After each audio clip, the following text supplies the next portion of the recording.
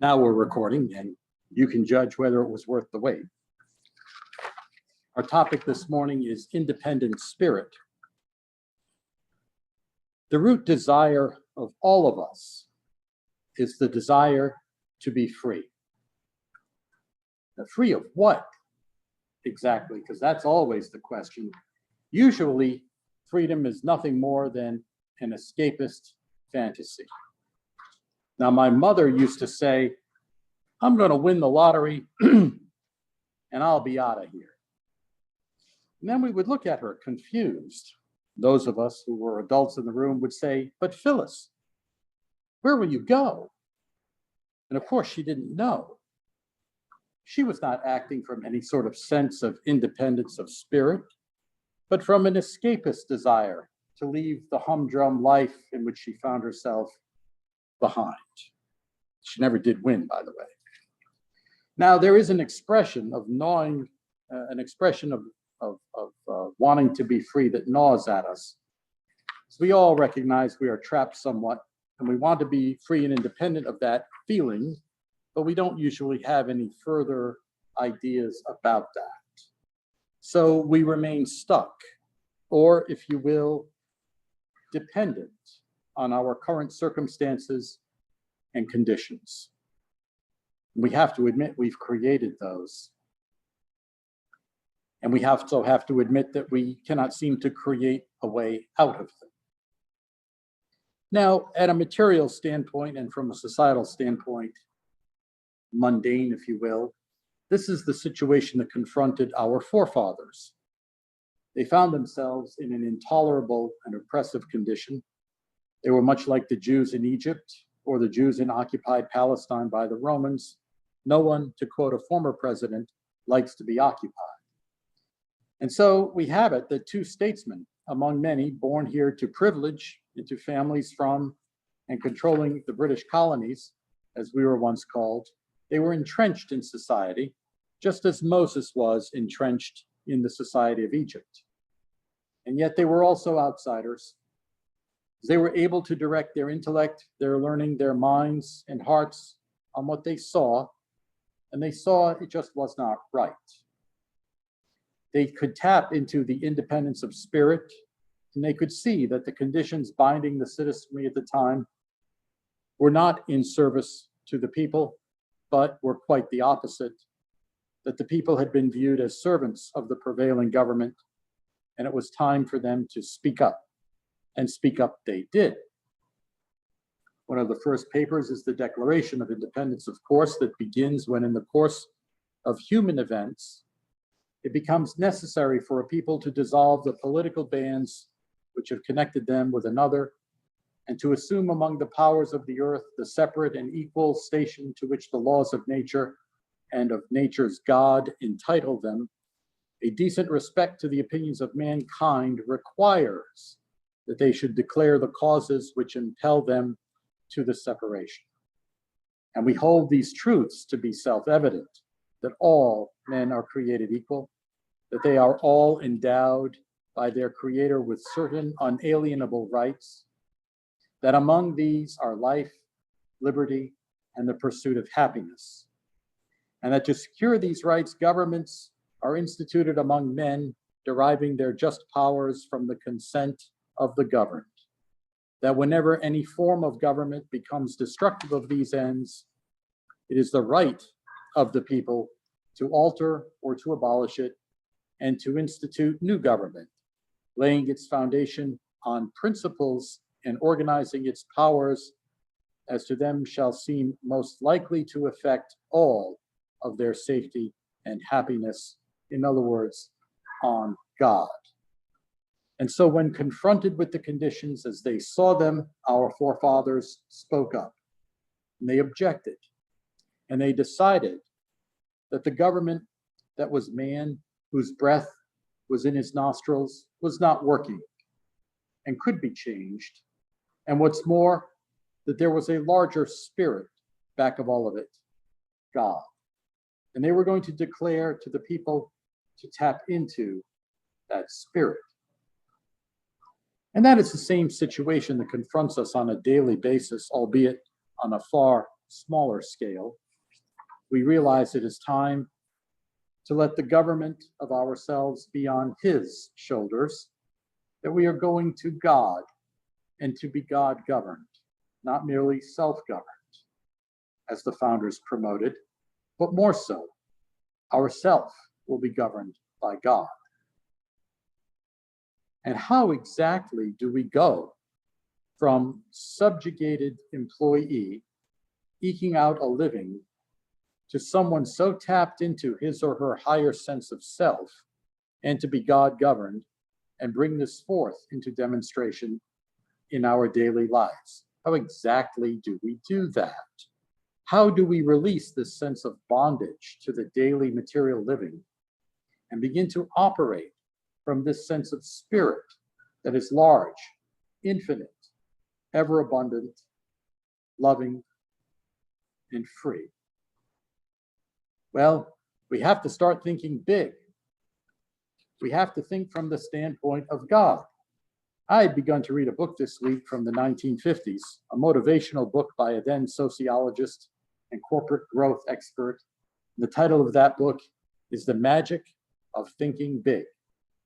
Now, the thrust of the book, so far as I've read it, is that the quality of your thoughts and your ability to act on them through faith is what will remarkably improve your material, and I posit spiritual as well, conditions. And the more and bigger thoughts you are able to muster, they lead to more and bigger outcomes, which then spiral you upwards in life. You see, you have to begin thinking big. You have to begin to think independently. You have to stop worrying about finances, where you live, what the other guy makes, or even what he thinks of you. You have to have faith that if you believe and take action on that belief and wrap your thinking around it, then the big things will happen. The revolution did not start and conclude with the Declaration of Independence. It did not remove the occupiers by just words. There was a belief in what was the right action to take. And that action was taken, and there was a purpose. And look at the result. That all stemmed from an independence of spirit that allowed the founders and the people to break from their dependence on Britain for their livelihood and to make their own way. It can be done, it could be done, and what's more, it was done. And it began with big thinking, rooted in God. And this is so in our divine science teaching, for we know that creation is spirit expressing, that creation is spirit, substance in manifestation. It explains the law and order of perfect mind in this work of self-manifestation. It reveals invisible life, invisible source, and invisible spirit, and that substance is made visible. We know all of this, but we don't do it. And I wonder why. What is it that keeps us from thinking big? What is it that keeps us from thinking we can do it? What is it that blocks us and keeps us from tapping into that independent spirit? You know, I don't think it's a lack of know-how. There's plenty of books. I don't think it's laziness. We're all pretty active, enthusiastic people. I think there's a block. For in order to think big and to adopt the means and methods of divine science, we have to check our thinking. Most of us, if we admit it and do an inventory, are tied to our material conditions. Most of us are in bondage. Most of us can't or won't let go. And where does this show up? But in our personal lives, from old actions, old events that happened to us so long ago in the past, yet we carry them with us. And they make us feel somehow we are outside the Garden of Eden, And we can't tap into this wonderful teaching that we've been reading about and studying all these years. I mean, I look at the books in our library. There are those of us who have been first reading them since the 1970s. There's got to be a block here. And what is that block? Oh, it's probably no one particular block, and it probably varies among all of us. But if we inventory ourselves, we can certainly find it. A common block is that something has happened, and we feel we have not been forgiven. We have not been reconciled. We are like the Roman soldier, thinking we are unworthy of being healed. This is in Luke. Now, when he had ended all his sayings in the audience of the people, he entered into Capernaum. And a certain centurion's servant, who was dear unto him, was sick and ready to die. And the centurion didn't want to lose his servant. The centurion heard that Jesus was in the midst. So he sent unto him the elders of the Jews, beseeching him that he would come and heal. And when the elders came to Jesus, they besought him instantly, saying that he was worthy for whom he should do this. For he, the centurion, loves our nation, even though he's helping to occupy it. He's helped us. He has built us a synagogue. He's worthy, Jesus. And Jesus went with them. And when he was now not far from the house, the centurion sent friends out to him, saying unto him, Lord, trouble not thyself. I am not worthy that thou should enter under my roof, not worthy to approach the power of the Christ consciousness. This is what the centurion is saying. The centurion further puts himself into perspective. Neither thought I myself worthy to come unto thee directly, but say in a word, and I know my servant can be healed. But I didn't want to trouble you, because I also am a man under authority. I have soldiers under me, and I say to one, go, and he goes, and to another, come, and he comes. And to my servant I say, do this, and he doeth it. Now Jesus heard these things, and he marveled. He turned them about and said unto the people, I have not found so great faith. No, not in Israel. Here was the centurion putting faith in a power that he felt he was unworthy to tap into, and admitted it. And then the friends and the centurion's soldiers and the elders were sent, returning to the house. And there they found the servant whole that had been sick. Luke continues on with another healing. We also saw a healing from the Magdalene. We are like her too, for she believes she has committed some great sin that is unforgivable. And that's how we often think of ourselves. That thought about ourselves keeps us stuck. It prevents us from tapping into that independent spirit that is back of all things, because we say with our intellectual mind and our feeling, look at all that I've done. I couldn't possibly reach this fabulous, wonderful power. But look at the story. And one of the Pharisees desired that Jesus would eat with them, and he went into the Pharisee's house and sat down to meat. And behold, a woman in the city who was a sinner, when she knew that Jesus sat at meat in the Pharisee's house, mustered up her courage and brought an alabaster box of ointment. And she stood at his feet behind him, weeping, and began to wash his feet with tears, and did wipe them with the hairs of her head, and kissed his feet, and anointed them with the ointment. Now when the Pharisee, which had hidden him, saw it, he spake within himself, saying, this man Jesus, if he were really a prophet, he would know who and what manner of woman this is that touches him, for she is a sinner. There you have it, the height of organized religion, casting judgment on another human being.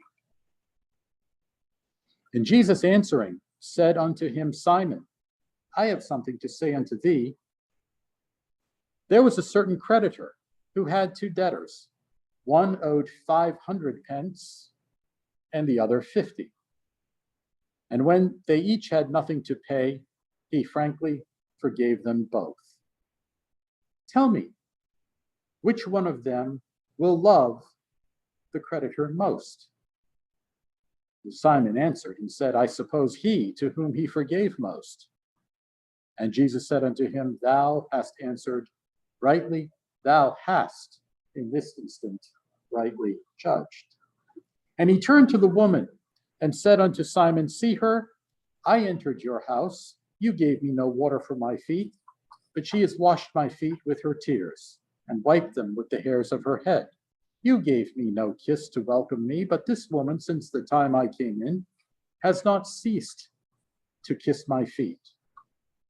My head with oil you did not anoint, but this woman hath anointed my feet with ointment. So I say unto thee, Simon, her sins, which are many, are forgiven, for she loved much. But to whom little is forgiven, the same loveth little. And he said unto her, Thy sins are forgiven. And they sat at meat with him, and they who sat there began to say within themselves, Who is this that forgiveth sins also? And Jesus looked at the woman and said, Go, thy faith has saved thee. Go in peace. Now, that passage is easy to misinterpret. Paul Tillich, the theologian, has commentary about this scene. Tillich viewed God as the ground of our being. We in divine science say we are individualized expressions of God.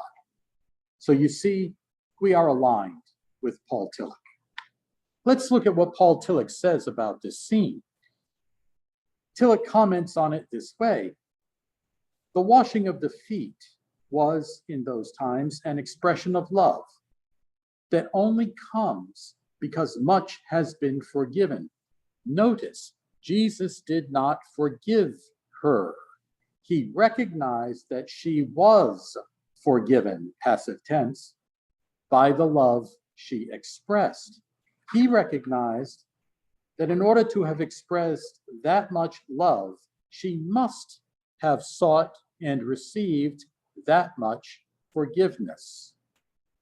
Hence, she is better than Simon the Pharisee, who, with his high station, judged her, but expressed little love, so must not have in his life sought or received that much forgiveness. And you can imagine one of the, if you will, higher ups in an organization, even in organized religion, thinking that they don't need to be forgiven.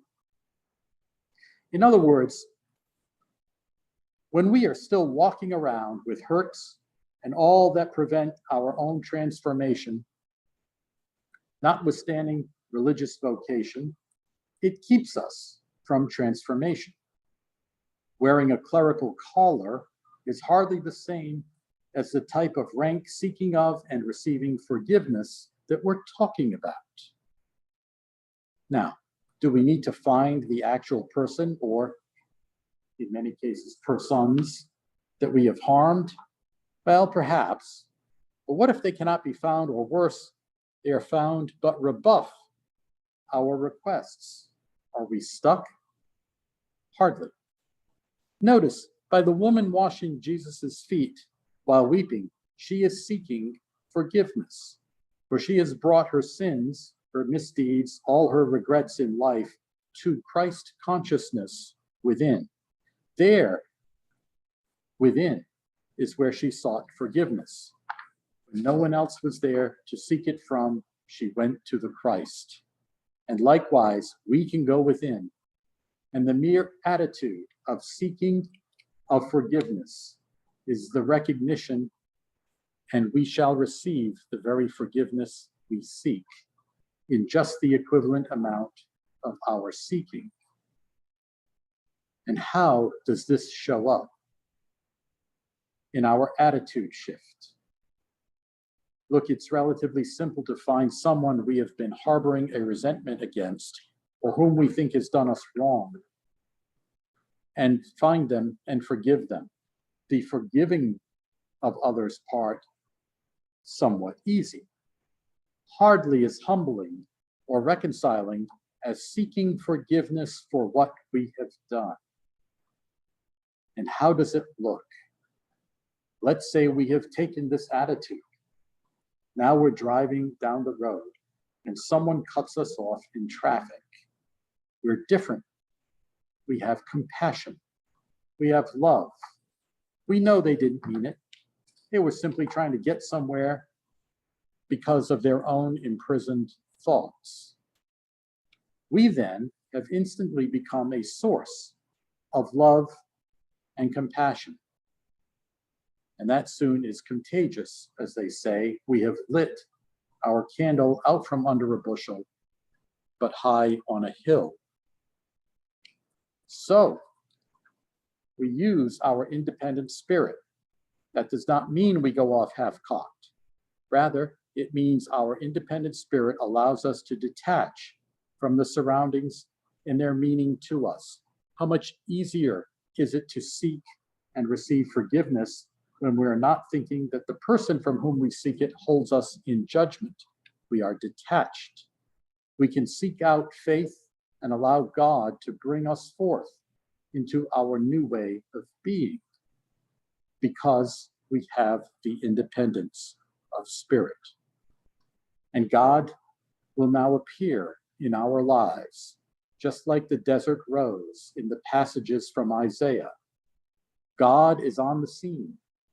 God stiffens our hands to help us in our manifestations. God strengthens our knees to make us less fearful.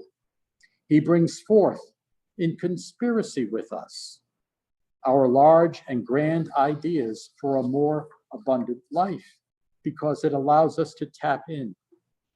It taps into this independent spirit. We have dropped what was blocking us, what we thought was blocking us. That sense of forgiveness is a unification and allows us to transform. You see, transformation requires change. In our case, change requires a humbling, loving attitude. And that attitude comes from the magic key of forgiveness. Forgiveness reconciles us to our true godlike nature, which is unlimited, independent spirit. And then we can sit back and watch the miracle happen. Our big thinking then takes over. Free and detached from the old life that just a moment ago sought to and kept us imprisoned. Should we take a few moments now to make this lesson practical? Let's close our eyes, take a deep breath, and just relax. Try to think of no thoughts whatsoever. Let your mind be blank. Take a receptive attitude. You might wander into a thought. What blocks you? What's keeping you stuck? What's keeping you from living? What is keeping your life small? What is keeping you down? Have you hurt someone in the past? Have you let someone or many someones down? You can release that right now. Be like the Magdalene. Be like the Roman centurion. Go to the Christ within. Sit with him and realize how forgiven you are. Realize how loved you are. You are loved.